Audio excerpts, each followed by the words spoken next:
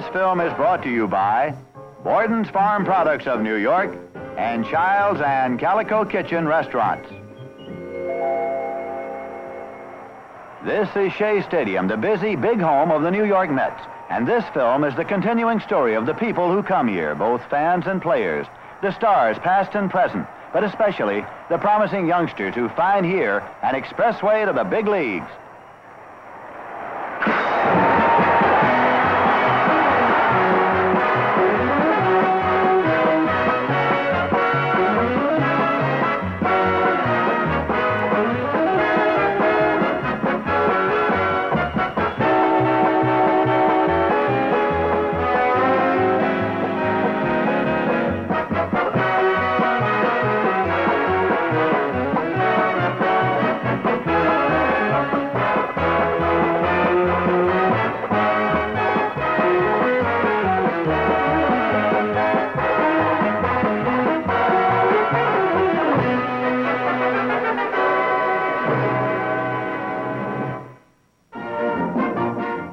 Yes, this is Shea Stadium.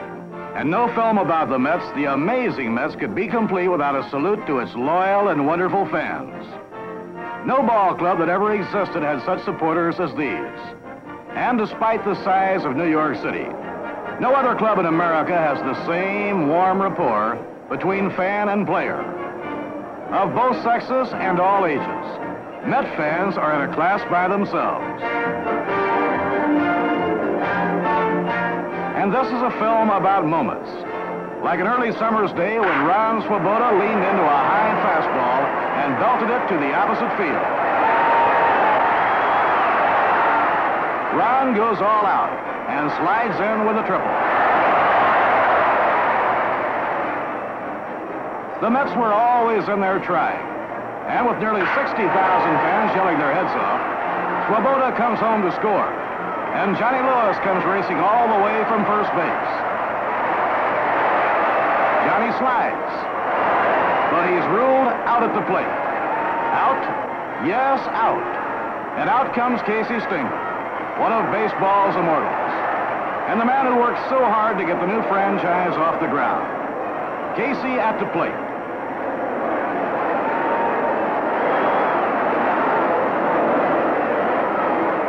And back to the uppermost tier. Casey did so much to make the Mets America's favorite ball club. Casey Stengel, a man of infinite baseball savvy and a man of infinite personal appeal.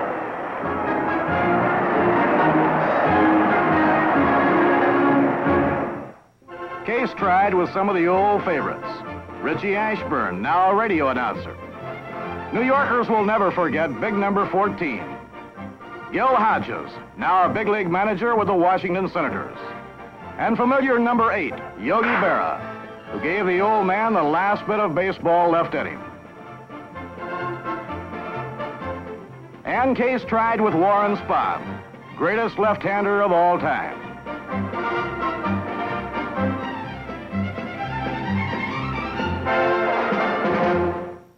Then one day, the great man had a great fall. They had a birthday party for Case who couldn't make it, but the fans did. And the chairman of the board, M. Donald Grant, leads the tribute. On behalf of the greatest baseball fans in the world, Casey, come back soon. Thank you. And now to conclude this part of the program, speaking in Casey's behalf, is Coach Wes Western.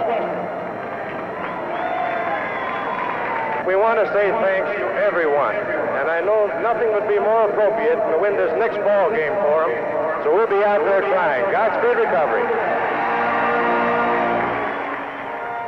Casey Stengel did not come back, and one historic morning, he turned in his uniform number 37, and an era came to an end. Met President George Weiss, long Casey's comrade in arms, accepted the M with sadness.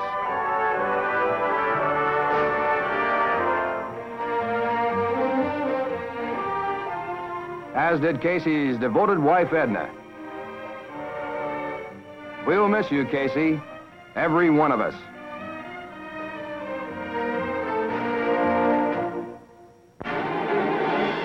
And now there's a new Met era. Wes Westrom, handpicked by Casey Stengel to fill in for him, took over. And his fine work for the remainder of the season won him reappointment as Met manager for 1966. I have certain ideas about this club, Wes Westrom has said. I like to bunt early. I want to get a run early. I want to force the other team into making mistakes. Get out in front. That makes them play your type of game. Now they must catch you. This is what I want from the Mets. Old era or new era, one thing remains constant, the promise of rapid advancement. If you have the talent, and if you're willing to work at it, the road to stardom is an expressway in New York. Ed Kranepool with Mays and Koufax in the All-Star game is a case in point. Ed is 21 years old. In little more than 3 years, he's gone from a high school field to the Major League All-Star game in Minneapolis. Here, Ed really tags one against Cincinnati.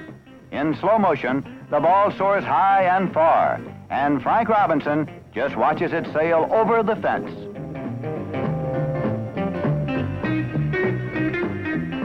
Kranepool has the talent and the desire. He needed the opportunity, and the Mets provided it. Watch him move into the hole and make the play at first base.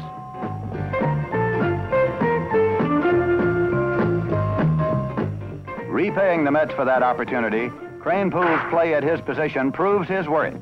That's Ed on a bicycle and making the catch.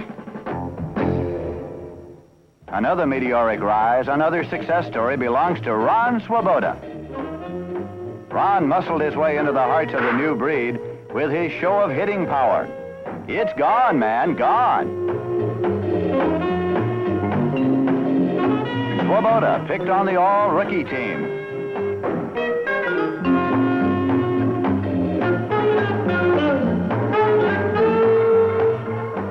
Yes, Ron could really swing that bat, but there were little things he did that made him human, too. These are also incidents in the life of rugged, robust Ron.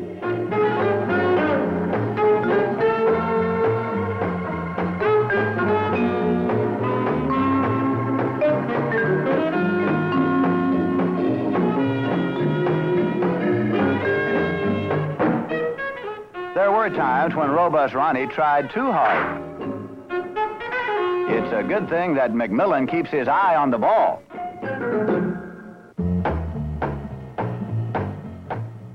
But don't get us wrong, we know what Ron can do. Watch that magnificent stabbing catch. Another example, with a man on second, watch Ron handle this one. He takes it on a bounce and fires a perfect strike to Cannizzaro for the out at home. Ron again, going back on the ball this time. Pretty. Yes, Ron Swoboda has gained the respect of the opposition and the love of every Met fan.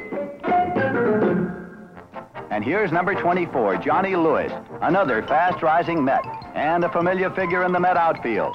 Johnny led the club in outfield assists. He's got a strong and deadly right arm. Watch that distant baseline. Johnny has legs to match the speed of his arm. He's safe. And here's Johnny at the plate, a man who has the tools to do it all. A deadly shot over the center field wall. A home run by Johnny Lewis. Even a young team needs an experienced head here and there. Roy McMillan supplies one of the best in baseball. That's him covering second base and making the tag. Roy has the hands to match his head.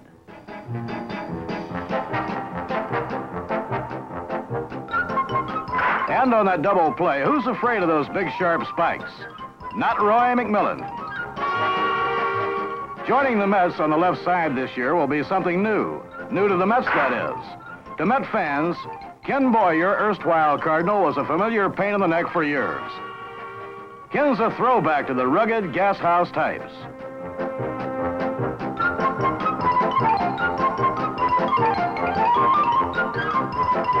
Boyer's a man who really guards that hot corner. Watch him on this rundown. Ken Boyer will be a big help to the young pitchers like Tug McGraw, a lefty with a lightning-fast pickoff throw. He can fool the best of them, including Maury Wills. Too bad, Maury.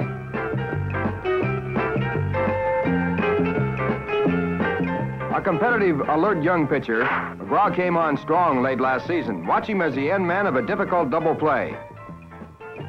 Scrappy Tug McGraw. Darrell Sutherland, who proved that he can start and relieve effectively.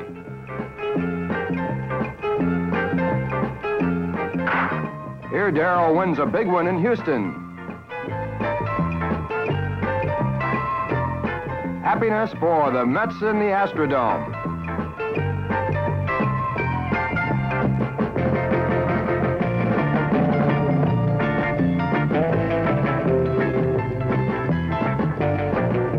And youngster Dick Selma, who is already riding the Expressway in the big leagues. He did it by striking out 13 Braves in one game. Staring at him is Roberto Clemente, the league's leading hitter. And he's still staring on that final out.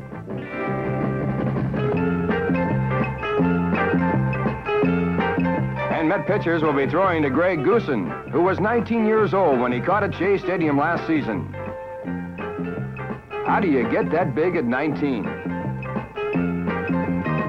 Another fine young Met catcher is Johnny Stevenson. Watch him throw out Willie Mays. Johnny won a couple of games with his bat and was an aggressive runner on the base paths. He's safe. It is ironic that many of the Mets began here. No, the Mets don't have a farm club in the Little League. They don't start them quite that young. But they do have an Eastern League farm club at Williamsport, Pennsylvania. There's Les Rohr, the Mets' #1 draft pick in the first free agent draft in baseball history.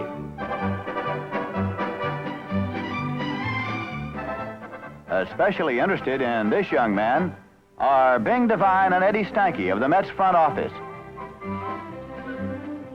That's Rohr on the mound, pitching 5 innings of shutout ball in his debut. Manager Westrom, winning friends in Williamsport. And tips to a youngster from Met Veep Johnny Murphy. Close-up now of outfielder Al Yates. And infielder Jim Lampy, up-and-comers from the Williamsport Mets. Hank and Tug McGraw could be a brother battery in New York someday. Sean Fitzmaurice, another fine outfielder from the farm system. That's Sean at the plate. The former Notre Dame star delivers a double.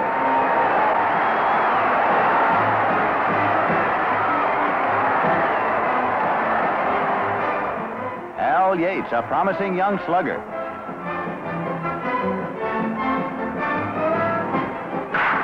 It's in there for a single in this exhibition game. And it drives in Fitzmaurice easily.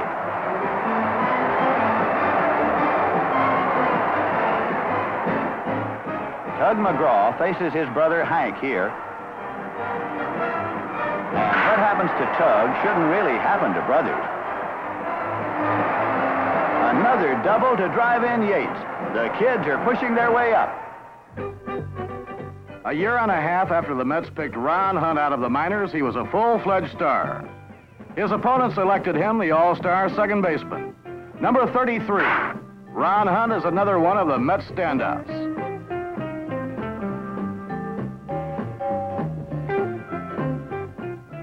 In the clutch, you can count on Ron.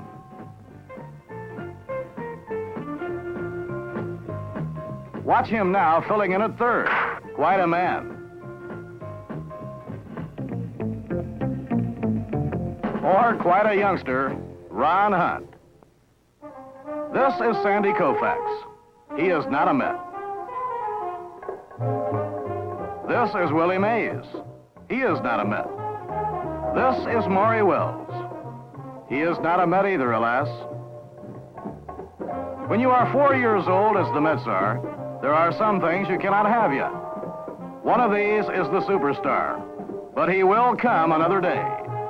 Meanwhile, the new breed sees the National League superstars of the present, and because they are baseball fans, they appreciate the greatness of such performers as Amaury Wills. This man is a positive genius at moving around those bases. We see him in slow motion outwitting the opposition.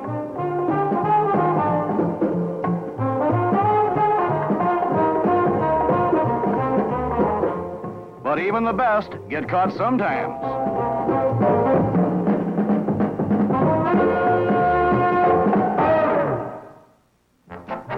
Another great one. Sandy Koufax, winner of the Cy Young Award for the second time in 3 years. Sandy pitched his fourth no-hitter last season, and a perfect game at that. There's the form for a record-breaking 382 strikeouts.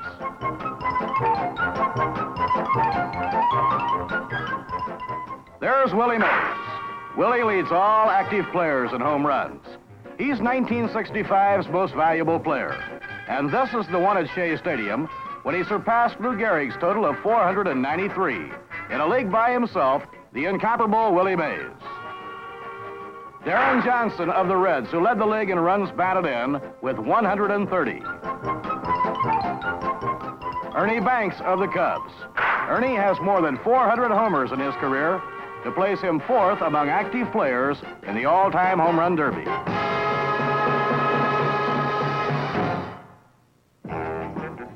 Jim Thompson, with George Weiss, works hard to make the Mets a thing apart. Shea Stadium is a good time. Fans have come to know that. It's a ball game plus date night. It's variety night.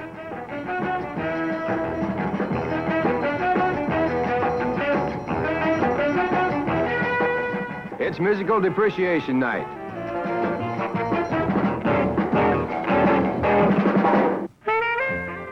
It's Elsie, the board and cow night, with Mr. Met. There's Yogi making a presentation to Lucky Elsie, who will move for the Mets.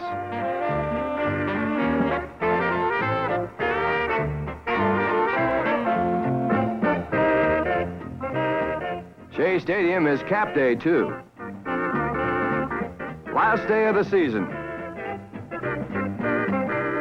And every youngster had it up.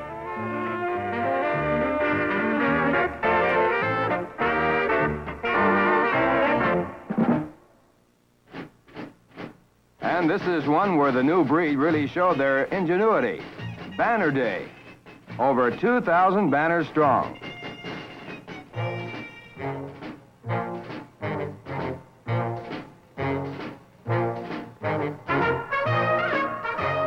To err is human. To forgive is a Mets fan. And that one a winner. And the players show their appreciation, too. 100 feet of solid sentiment. From all of us, and Casey, too, we really think the world of you.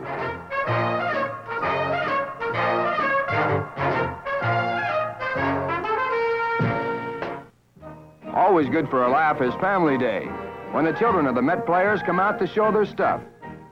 That's Roy McMillan with his daughter. In this outing, the sisters cheer their brothers.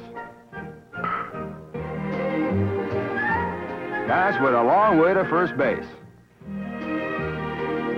And look at this slide home. And Old Timers Day, a day for kids who've grown a bit older, like Johnny Mize, High Pockets Kelly, Dolph Camilli posing with Ed Kranepool, Sal the Barber Magley. Man, what memories these great old-timers stir. The indomitable Campanella, the great Campy.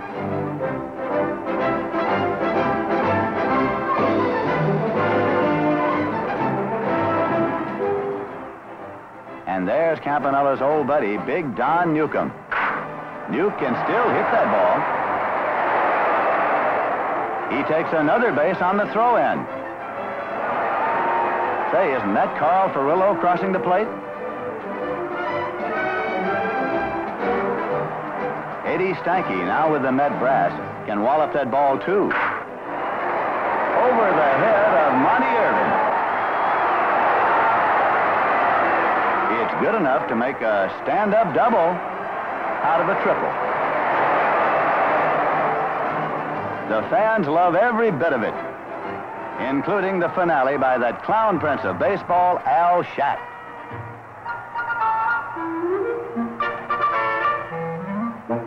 Yes, sir, that's just the way the ball went. Our Mets repay their admirers by going to see them. Here at Patchogue, New York, the arrival of the Mets Hot Stove League Special brings out 3,000 fans. Dennis Rybat, Danny Napoleon, Ken Boyer, Eddie Kranepool, Jack Fisher, and Johnny Lewis represent the New York club on this Long Island swing. This way, both fans and stars just plain get better acquainted. The Diamond Girls help distribute souvenir Mets caps, pens, and pictures. It's a treat for ball players and Met followers alike. And the newest Met, Ken Boyer, already feels at home. Ball players go sightseeing, too. In Houston, they see the wonders of the Dome Ballpark.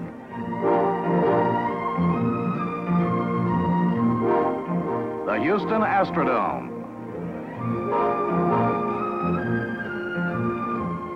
And the strange Earth people who take care of it. The Astrodome's electronic cheerleader gets a lot of attention, too.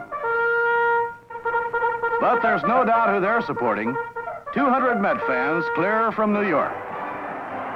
Coast to coast and overseas, folks follow the Mets in print and over the air. There's something about the new breed that's captured the public's eye. And here are the Mets in the Astrodome. Ron Hunt squeezes home the tie-breaking run in the 10th inning. A victory over Houston.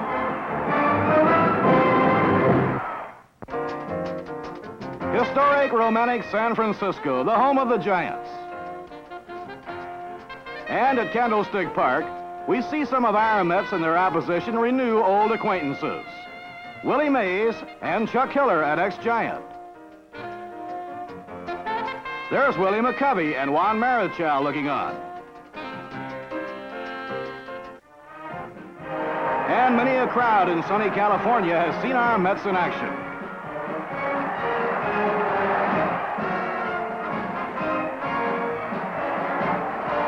In a close ball game, speed often tells the story.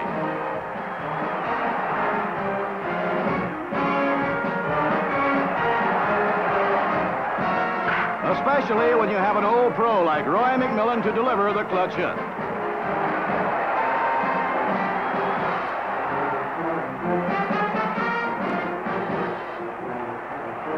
Number 24, Johnny Lewis hitting, and number 24, Willie Mays catching.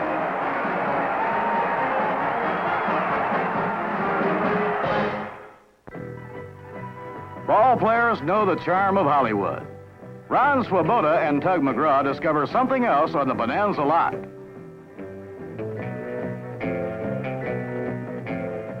Some fairly famous cowboys happen to be fans of theirs.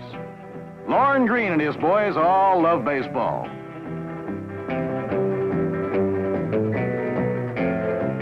Better watch that six-shooter, Ron. The most amazing things happen to the Mets. There's Ron Swoboda facing Koufax. And there's a clean belt all the way for a home run. Ron's a great Met star on his way.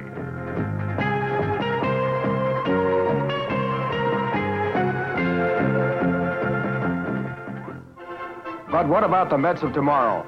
Developing youngsters is a year-round job. It goes on in Florida soon after the regular season ends. Here in the Instructional League, the future Mets receive special help from Eddie Stanky and other experts. Number 10 is Kevin Collins, a future hopeful. Clyde McCullough leads Jack Tracy in some infield practice. Jack Hamilton, a right-hand pitcher, acquired from Detroit. Jerry Hensley on the left. And Rob Gardner, who wound up last season with a spectacular performance of 15 scoreless innings on the right. Instruction and practice. Practice and instruction. This is what it takes to hasten their rise to the big leagues. For the Mets, the rise can be a fast one. For in bringing exciting big league baseball to New York, they also bring a talented newcomer the attention he never could get anywhere else. Scintillating plays like these made it a record year at Shea Stadium. The crowds total close to 2 million, and the fans saw games and plays they'll never forget.